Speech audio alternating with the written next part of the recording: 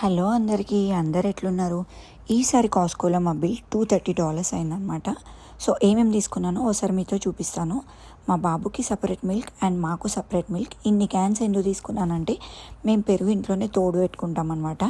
And ఇంకా spinach and ఈ pomegranate juice, orange juice, lemons, bread, eggs, chicken, banana, apples, dates, sugar, oil, shampoo, మా పాపకి wet wipes, diapers, ఇవన్నీ తీసుకున్నాం అనమాట. సో వీటన్నిటికీ నాకు 230 అయింది. నేను ఆయిల్ అండ్ షుగర్ అయితే ఎవ్రీ 3 monthsకి ఒకసారి తీసుకుంటాను. అండ్ రిమైనింగ్ అన్నీ ఎవ్రీ 15 daysకి తీసుకుంటాము. కాస్కోలో అన్నీ ఆర్గానికే దొరుకుతాయి. అండ్ ఇట్లా బల్క్గా తీసుకుంటే మనకు తక్కువ కూడా పడతాయి అన్నమాట. సో అందుకే మేము ఇవన్నీ ఎవ్రీ 15 daysకి ఒకసారి తీసుకుంటాం అనమాట. సో మా 15 days షాపింగ్ ఇది మాకు $230 అయింది.